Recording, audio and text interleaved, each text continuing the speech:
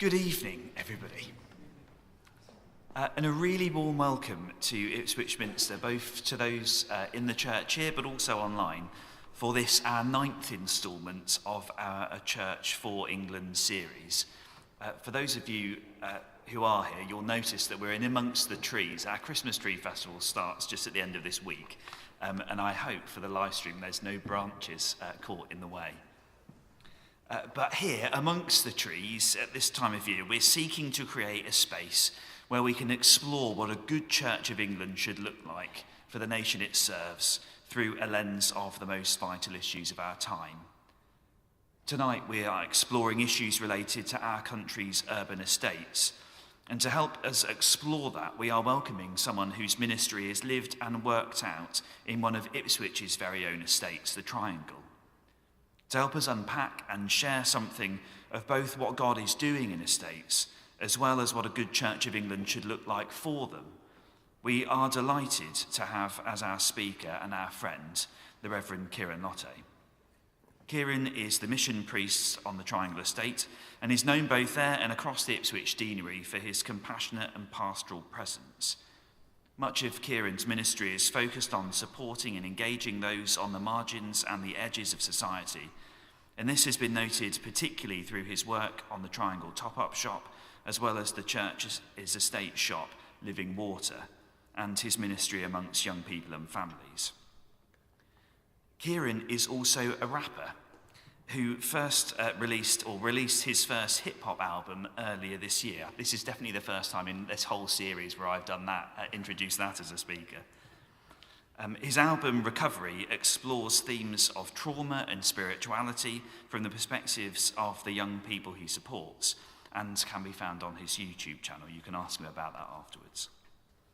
Kiran is also an assistant area dean in the Ipswich deanery, as well as a UK ME vocations champion for the diocese.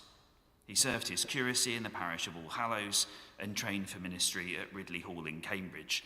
And just at that point, he had the misfortune of coming across me as we were at opposite theological colleges in the same town. It's a real joy to welcome Kiran tonight. He's travelled such a long way. But joking aside, Kiran will bring us tonight practical wisdom and no doubt with some lyrical flourish as well. So it's great to have him here. Now please put your hands together and give him a really warm Ipswich Minster.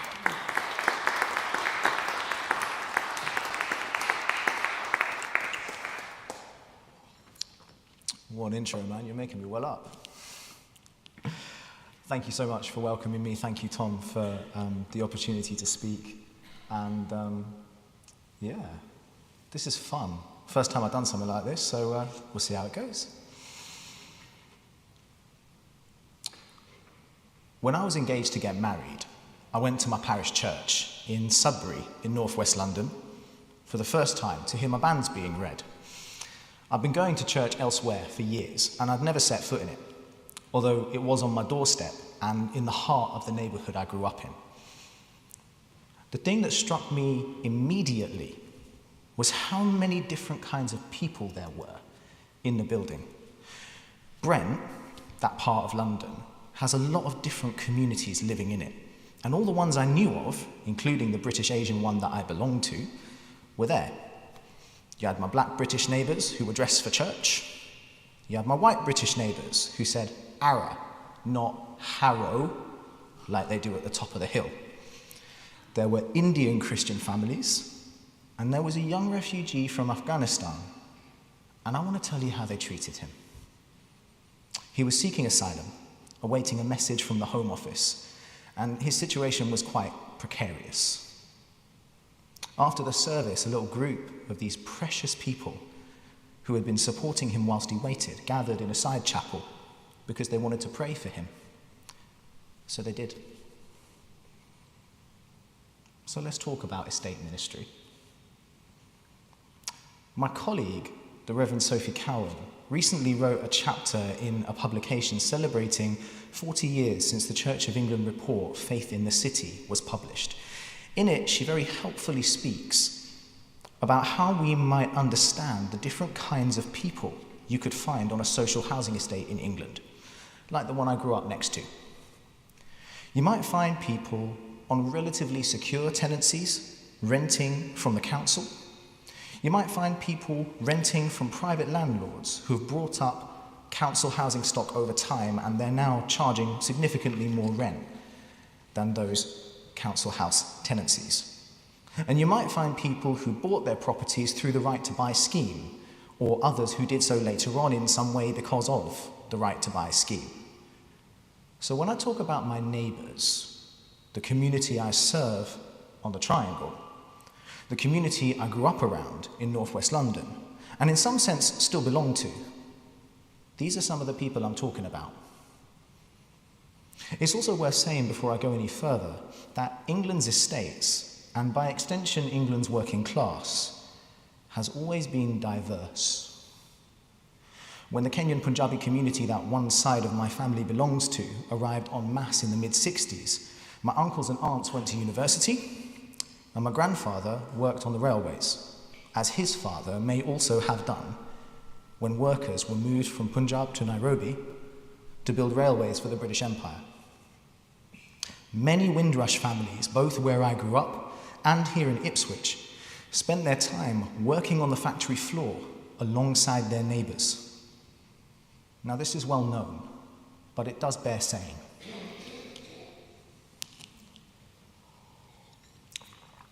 So when we ask, how can we as a church be for England's urban estates, what we are asking, actually, is how can we be for these types of people, of whom I am one?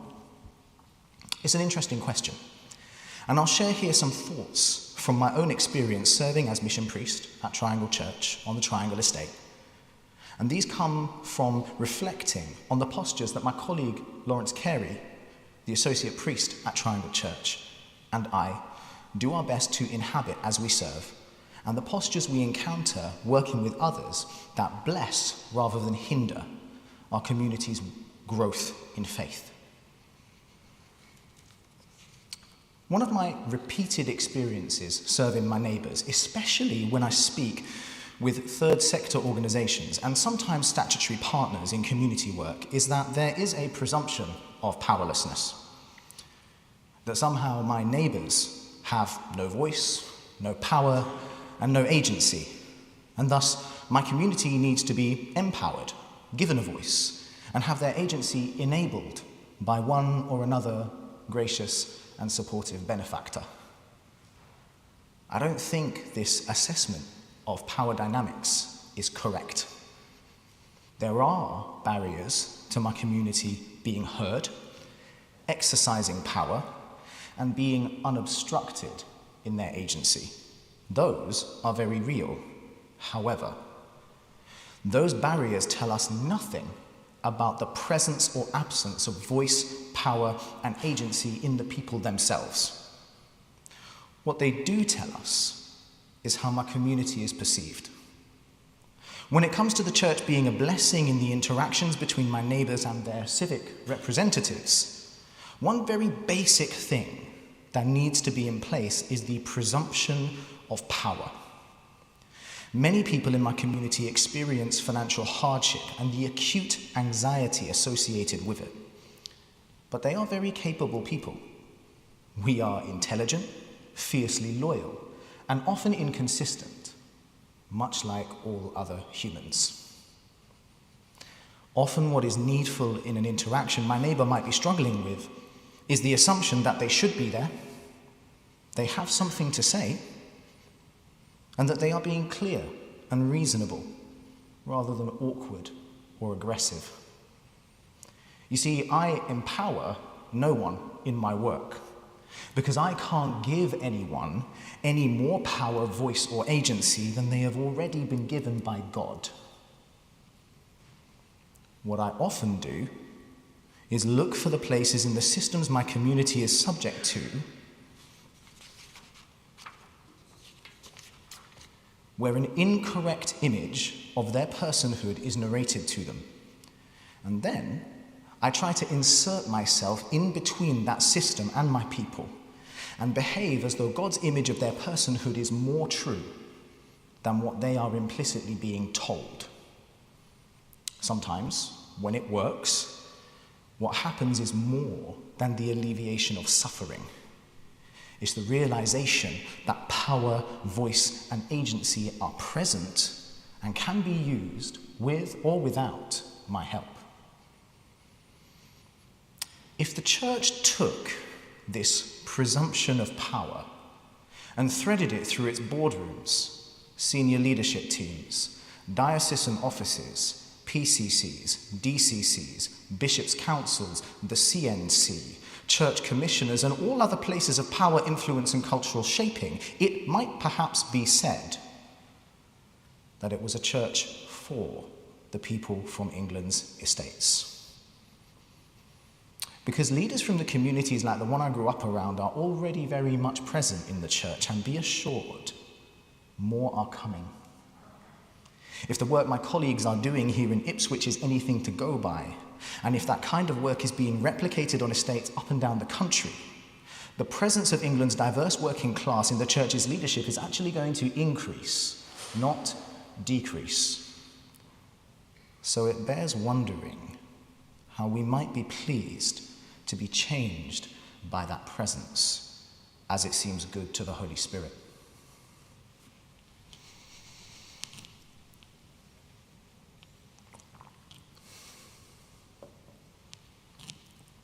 As a young person, I had the privilege of visiting Durban, South Africa, for 2 short-term mission trips. As was the intention, the context changed me more than the team I worked with changed the context. But there was one experience that I had that I didn't really understand until later. See, we were serving with a majority white church in a part of Durban called Morningside, and they were partnered with a majority Zulu church in a township called Mayville. The second time I went, I overheard a conversation our team leader had with colleagues about the dynamics of that relationship. The white majority church had serious wealth, which they were very happy to share with their Zulu siblings, as long as they spent it right. You see, the pastor of the Zulu church in Mayville had a very strong sense of what needed doing at that time in the township. He wanted to buy a speaker and a microphone, hire a tent, preach the gospel with power, see lots of people get saved. The church in Morningside had different thoughts. They wanted to offer practical support through social action to the people living in Mayville Township. And crucially, they would not give the Zulu church any money unless they spent it according to this approach. I should say the pastor of the Zulu church was no stranger to social action. The first time I visited, one of our tasks was decorating a play area in the church where the children without childcare could be looked after safely whilst their carers were at work, because often they were not safe at home where there were no locks. By the time of my second visit, xenophobic riots had destroyed significant portions of the buildings, including one wall of the church and the creche we had decorated. It was in this context that the relationship worked itself out. What I notice about this story is that what could have been a conversation between equals about what kind of ministry was needed in Mayfield Township in 2008 in the wake of such tragic violence was instead an assertion of cultural dominance communicated through the handling of money. On reflection, it occurs to me that the mistake my siblings in Morningside made was that they thought it was their money. Whilst they wanted partnership with their Zulu neighbours in name, it was difficult for them to release their resources without strings attached. It therefore became very difficult to have a fruitful and mutual learning relationship with their partners and their partners with them, because the money and their attachment to the influence it gave them over their partners got in the way. I want to say that again. The money and their attachment to the influence it gave them over their partners got in the way. Now, I am sure that my siblings at Morningside viewed their decision as the right way to steward the funds God had given them. But what they didn't seem to see was that they failed to respect the assessment of their colleague as to what was deeply needed at that time in the context he lived in every day, and they did not. Fundamentally, they didn't trust him. And it's very difficult to have partnership in ministry, true partnership, without trust. There can be lots of reasons for a lack of trust. I wonder if we could say that the Church of England trusts the congregations on our estates and the leaders being nurtured within them. I wonder what it would look like to demonstrate our trust with money. Because remember, it's not our money, it's God's money. None of the Church Commissioners' multi-billion-pound investment portfolio belongs to them, and I'm confident that my colleagues who manage it are very conscious of that.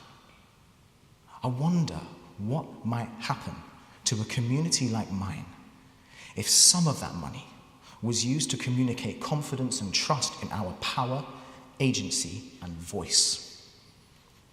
Of course, it's not just down to the Church Commissioners. It's down to dioceses, bishops, finance boards, and councils throughout the Church's structures of governance. In any one of those places, it would be possible to decide to communicate trust and confidence to valued colleagues and communities through the way we handle God's money. That might present challenges, and there might not be as much as we would like to go around. But posture matters. It's a hard thing to be told, "You're doing a fantastic job, crack on, we can't help you." Those accolades mean less than they're intended to if there's no accompanying investment. What could the Church demonstrate to our nation with such a posture? What if we took some of the considerable resources we manage and used them to invest in the well-being of England's urban estates without any strings attached? What would happen? I'll tell you what, it's not what they're used to. It's not what they're used to. I'm working in my current position because of a beautiful instance of that kind of generosity. It was the most precious example of Christian charity I have ever encountered in my life. To be clear, I'm not advocating less accountability when it comes to finances. Rather, I am contending that the approach to investing in the renewal of estates, the kind of ministry needed, the missionary posture necessary, will be best found by trusting, nurturing, and resourcing the leaders from those communities who are already there. An approach to handling money which draws the ministry box first and then uses money as a means of modifying behaviour will miss some of the treasures God has put in our churches and miss the chance to communicate to our country that the people living on our estates are as valuable as we say they are. Conversely, an approach which demonstrates trust with resources might open up space for God to bring the kind of renewal that the church really dreams about.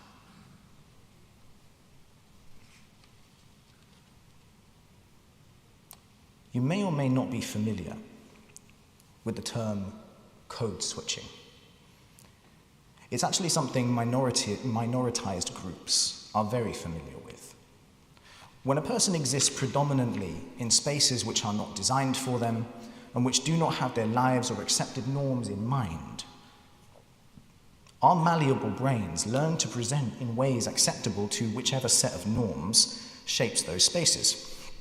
This happens for neurodiverse people, people of colour, women, and working class people too. Obviously, it's possible to hold all the above in one life. I don't have space here to speak at length about intersectionality, although I will address it briefly in a moment.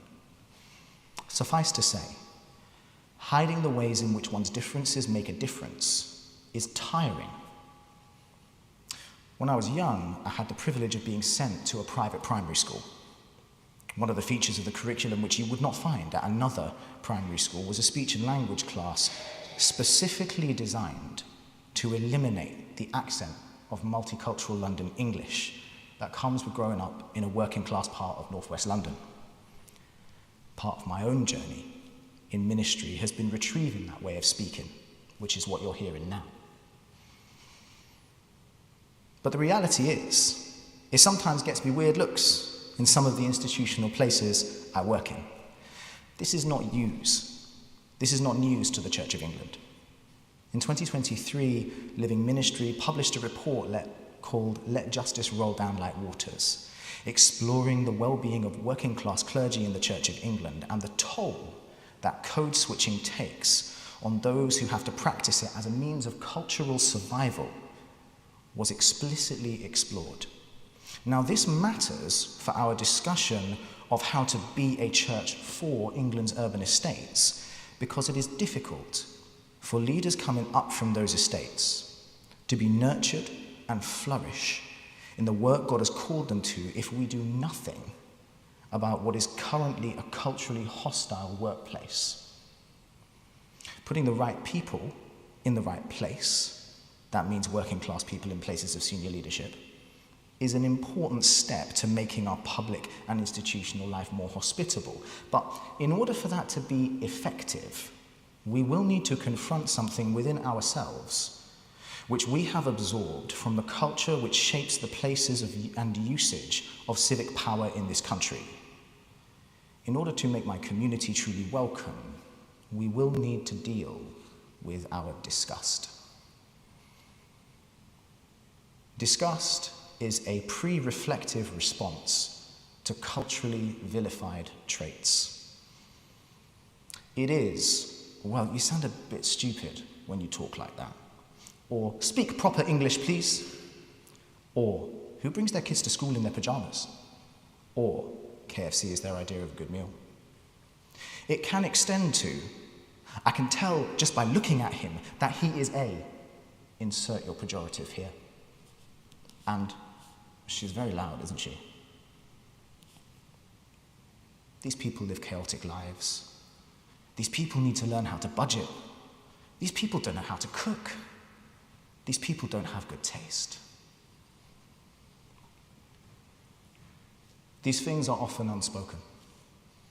But like the structures and language of scientific racism, which still send echoes through our common life, they do much harm. They shape our ability to listen. They impede the action of Christian love between siblings.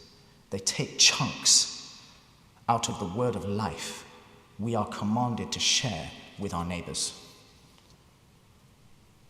The only place these things will die is at the foot of the cross of Christ.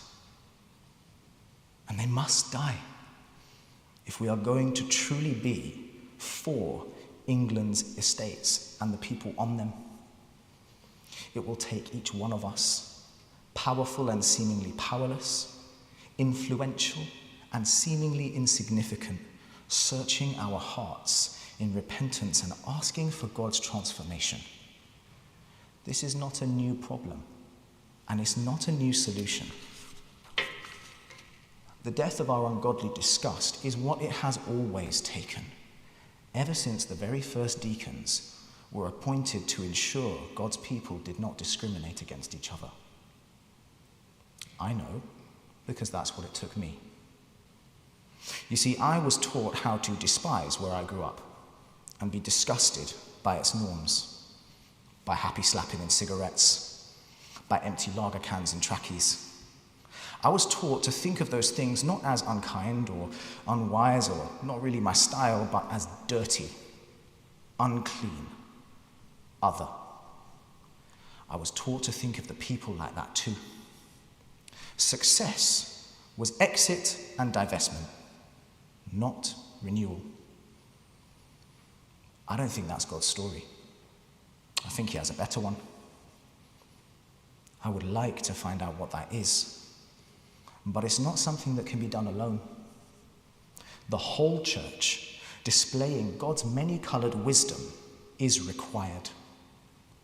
Deciding together to deal with those things which produce in us an ungodly disgust and prevent us from loving each other and our neighbours well would communicate something very special about who we value and how we value them. It is the only thing, I would contend, capable of inoculating us against a rising tide of violence in word and deed, in protest and counter-protest, that we see when we talk about being proud to be English and the people seeking refuge at our borders. You see, the person seeking asylum and the person raising the colours, they live next to each other, on the same estate. They're neighbours. They might even go to the same church. That church which we want to be for everyone on England's estates. The only antidote to an endless cycle of vilification back and forth is the love of Christ thoroughly applied to all parties without exception or hesitation until all our ungodly disgust is crucified.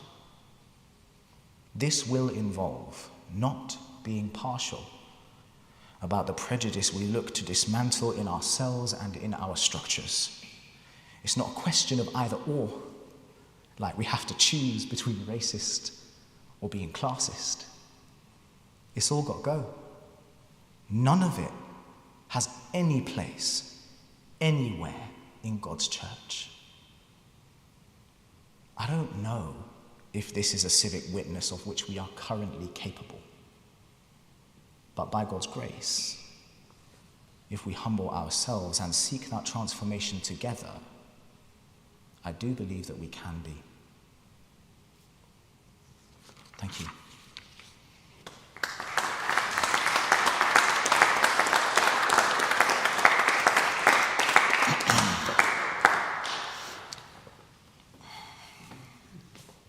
Kiran, thank you so much for a deep, rich, thoughtful, challenging reflection that's drawn on some of your own personal experience, and thank you for your vulnerability and honesty there. Thank you for the different ways in which you have pointed out how so much of the challenges in our urban estates cross so many different areas as well. I'm really, really interested to get the kind of questions going from the floor, and I can see a couple of hands going up already.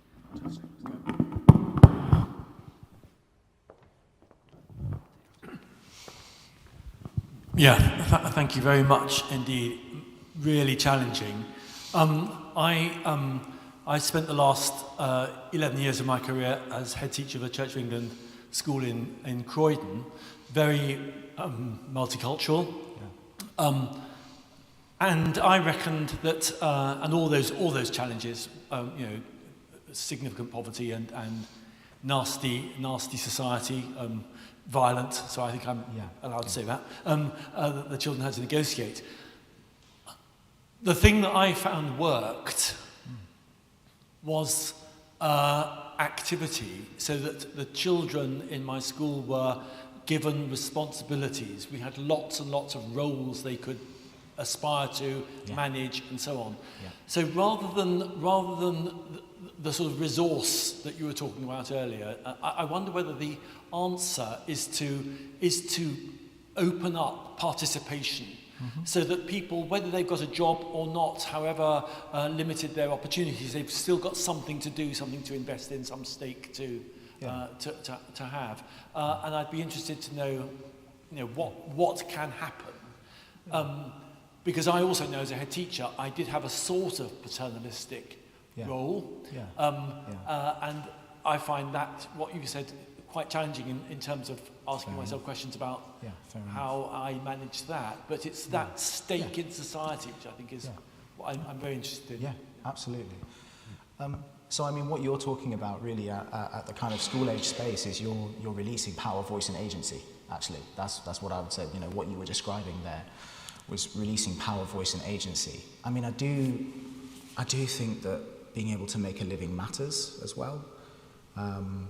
I think that if you've got someone who's taking care of themselves, their ability to feed themselves and clothe themselves, within a kind of position that enables them to within a position that releases their power, voice and agency and also earns them some money is useful. I think both can be applied, because I think if you were to take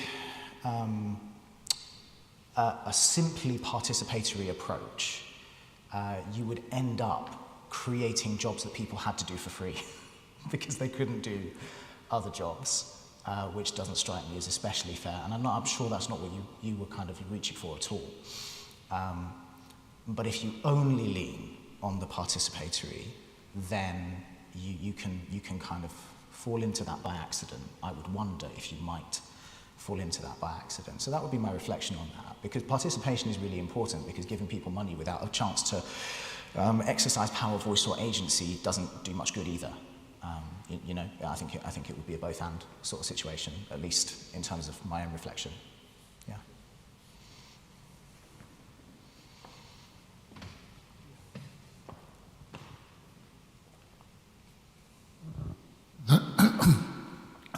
Thank you, Kiran. Very moving, very challenging. On a different note, a couple of years ago I was invited to preach in a school. I'm a school chaplain. And for the first time I was required to sign something before I went into the pulpit saying that I would not encourage the children to do anything radical.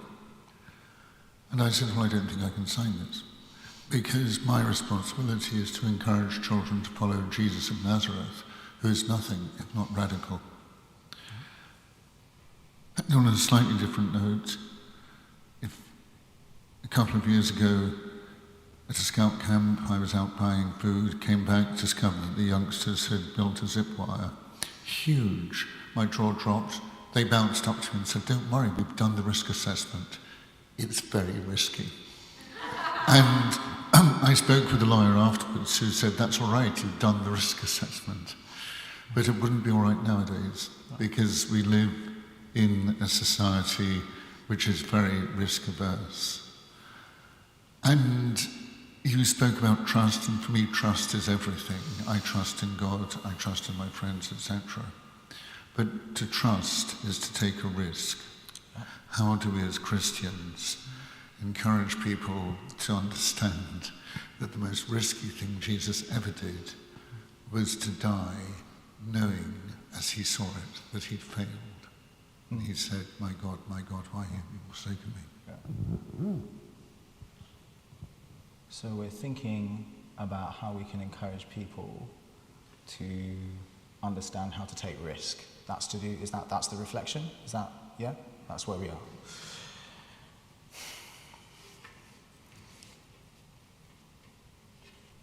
When you've got all the resources, risk is hard. Risk is really hard. When you're the person holding the purse strings, risk is really hard. That's important to acknowledge. But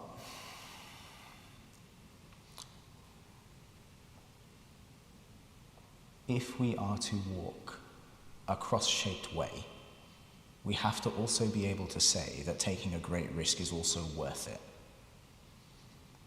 to discover the treasure that we unlock when we die and when we lose something. So, I don't have a lot of money, so it feels a little bit weird saying this, but if you've got tons of money and you're worried about it going to waste, it's important to be wise, obviously, but it's also important to be really faithful to what you feel like God is asking you to do with your money. Because even if it looks like it's gone to waste, that might actually be the prelude to resurrection. Yeah, I think that would be my sense in that area. Yeah.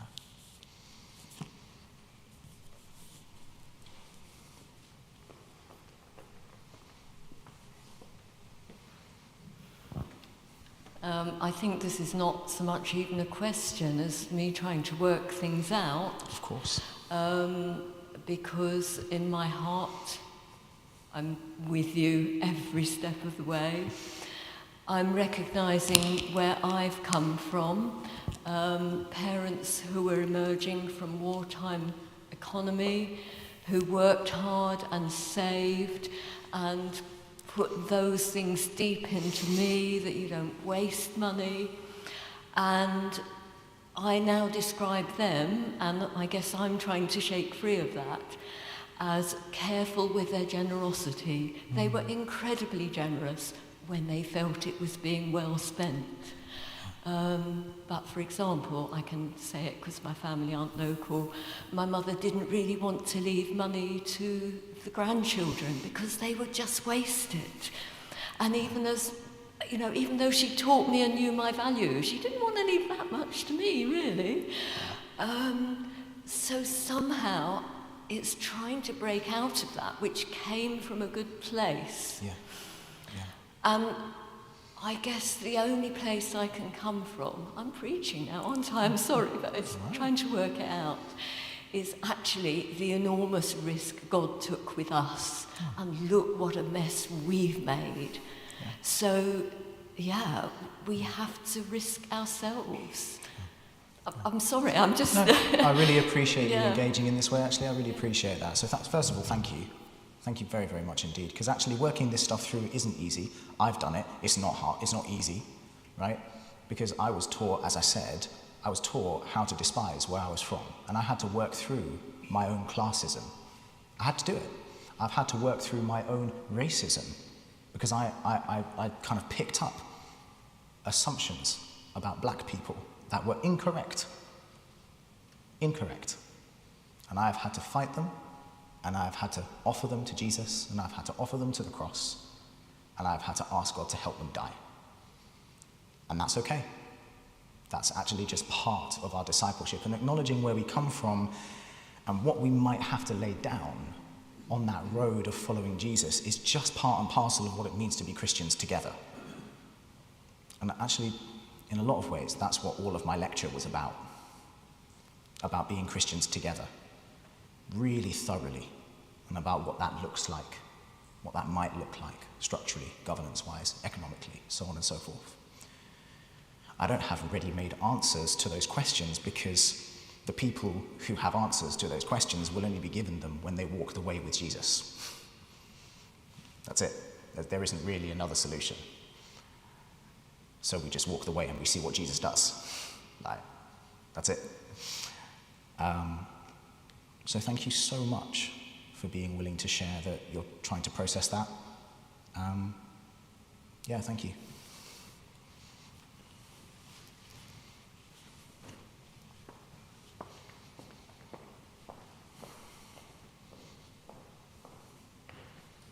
Hi Kiran, my name's Charles Croydon, and you kindly helped and guided me on the Christian ethics course earlier this year under Rachel's guidance, and I learnt a lot from you then and now. I noticed that you're saying that this change requires the whole church. Yeah. And I was discussing an issue, a different issue about whether something should be embedded or an add-on within the diocese attitude. Yeah. And I wonder if this is another of these things that should be embedded across the whole church. My experience of it is quite limited, but I am influenced by St Martin the Fields, where the vicar there has an approach called being with, and I wonder if you've come across it. Tangentially, but not in detail. Yeah. So in terms of where I speak from when I talk about the whole church, there's one of my favourite verses in the entirety of the Bible is in Ephesians 3, where it talks about the multifaceted or the varied or the many-coloured or the many-sided wisdom of God displayed in the church through Jesus Christ. And that means all of us. It means all of us together. Without all of us, we actually don't understand God's wisdom in Jesus. We don't understand the wisdom of God set forth in Jesus Christ. We can't, because God's intention is for all of us to understand through the way that his glory refracts through each of us and our stories and our experiences, the different ways in which he desires to save us and our neighbours and the world. So, yeah.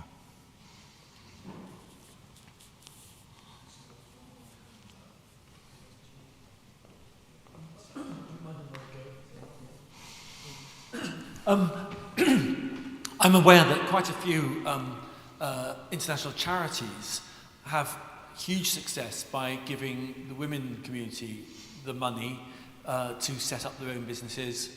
They're recognising that particularly, well, I'm most familiar with Kenya and Uganda, but that I'm sure there are lots of places where the empowerment of women as the controllers of the funds is immensely successful. That's interesting. Is that so? Charities are doing that because they know it works well. Mm-hmm. Is there a big jump from translating that to church commissioners?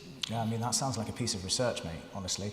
It's not something that I've done enough detailed thinking about to be able to talk to with any sense of authority, although I would commend, actually, my colleague's work, Sophie Cowan, because she's written on estate matriarchs, and she's written about around feminist theology, and she's researched around feminist theology on estates explicitly. So it might be worth a conversation with someone else, one of my colleagues in Ipswich, who also work on an estate. There are a number of other estate ministers, and a lot of them are women. So there's a perspective there that I would not be able to give you right now, but it's here in the town, so I would encourage you to seek it out if you're curious.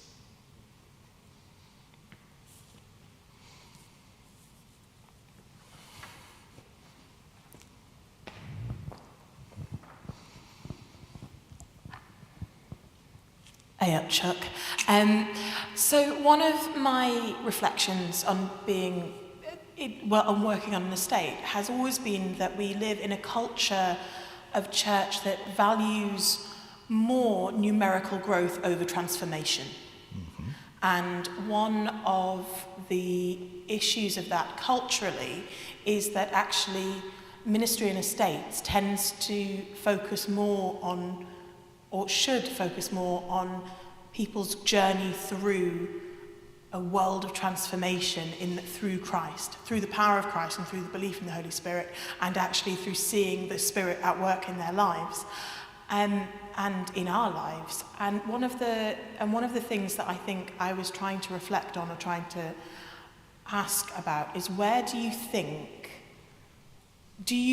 the challenge is actually being presented in the right spaces in terms of senior leadership, in order for a reversal of our value system? Or do you think there needs to be more work done to actually think about how we are growing as a church in Christ through a death and resurrection-like transformation? Yeah, from my admittedly limited experience, I've only been assistant area dean for about a year. I would say not yet.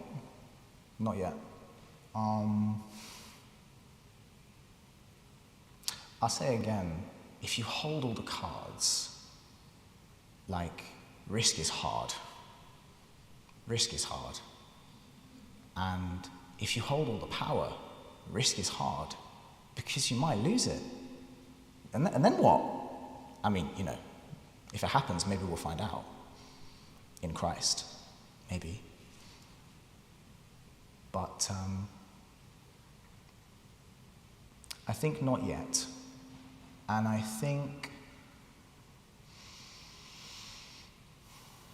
I have yet to see where I could take that kind of conversation. I've yet to see. I don't have no hope. It's just not within my experience yet. So yeah. That's my honest answer, I think. Yeah.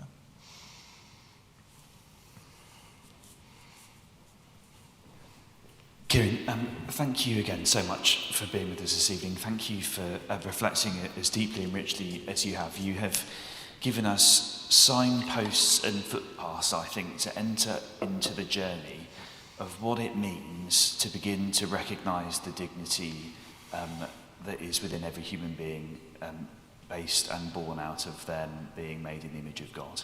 100%. And you have spoken really eloquently about how that is not always an easy journey, and that will encounter cost, it will encounter the cross, but it is one that we must take in order to see fullness of life, not just for ourselves, but for all of us in God's creation. So thank you very much for helping us set out on that way. And please, let's give Kiran another big round of applause. Thank you very much. Thank you again for the invitation. Thank you. As always, drinks are served.